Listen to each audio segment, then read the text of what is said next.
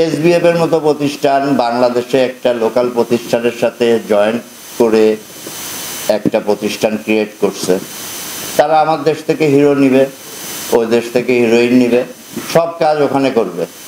আমার হিরো সুবিধা পায়, ওখানে মেকআপ ভ্যান পাচ্ছে, সাথে হাঁটলে পোর্টেবল এসি পাচ্ছে, ফ্যান পাচ্ছে, 5 স্টার হোটেলে থাকতেছে, তার তো কোনো অসুবিধা নাই। সে ওখানে কাজ করতেছে তার মতো করে, সে তো কাজ করবেই, সে তো আর্টিস্ট, সে পেমেন্ট পাচ্ছে, সে কাজ করতেছে।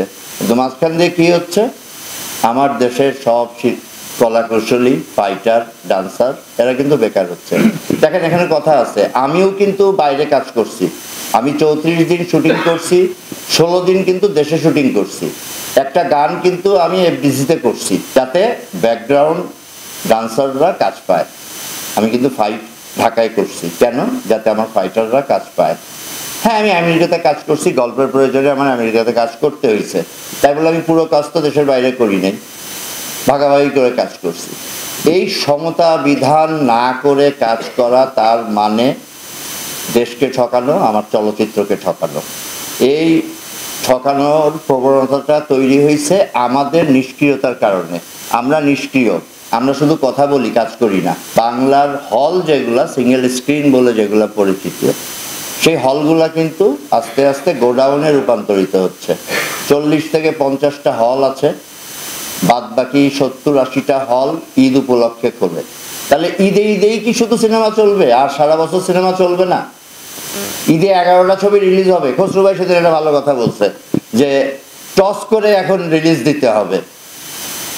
যদি এতগুলা ছবি রিলিজ হতে আসে তাহলে টস করতে হবে। এখন অবস্থাটা এরকম হয়েছে, মানুষ সবাই বসে আছে, ঈদে ছবি রিলিজ দেবে। এটা কেন? সারা বছর কি চলচ্চিত্র চলে নাই বাংলাদেশে? আপনারা যারা আছেন মুরব্বী, আপনারা বলেন, সারা বছর কি বাংলাদেশে ছবি চলে নাই?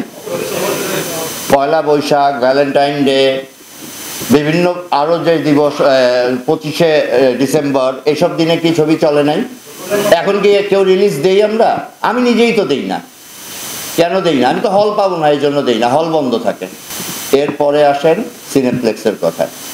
সিনেপ্লেক্স পেয়ে গেছে মনোপলি, সে সুবিধা নিচ্ছে, সে ব্যবসায়ী, সে তো ডাইরেক্ট বলছে আমি তো ব্যবসা করতে আসছি, যেই পণ্য আমার এখানে চলবে সেই পণ্য আমি চালাবো। তার মানে কি? তার মানে চলচ্চিত্রের প্রতি তার কোনো দায়বদ্ধতা নাই, সে ব্যবসায়ী, তো মেনে নিতে হবে সে ব্যবসায়ী, তার সাথে ব্যবসা করতে হবে। সে যে নীতিতে ব্যবসা করতে চায় সেই নীতিতে ব্যবসা করতে হবে, নট তার ওখানে বাংলা চলচ্চিত্র দেওয়া বন্ধ করতে হবে। তা না হলে তার সাথে ব্যবসা করতে হবে। ব্যবসা কেমন করে? সে তো হিন্দি ছবি চললে প্রথম সপ্তাহে 60% দেয়, বাংলা ছবিরে 45% কেন দেয়? এই কোশ্চেন কি কেউ কখনো করছেন? হিন্দি ছবিটা তো 60% দেয়। সে বাংলাদেশের মানুষ, বাংলাদেশের এমপি, জাতীয় সংসদের এমপি, মহান জাতীয় সংসদের এমপি, কিন্তু বাংলা চলচ্চিত্রকে মনে হয় না ভালোবাসে। বাংলা চলচ্চিত্রকে ভালোবাসলে 2টা ছবি বানানোর পরে 3য় ছবিটাও বানাইতো। সে ছবি বানায় না, সে ব্যবসা করে।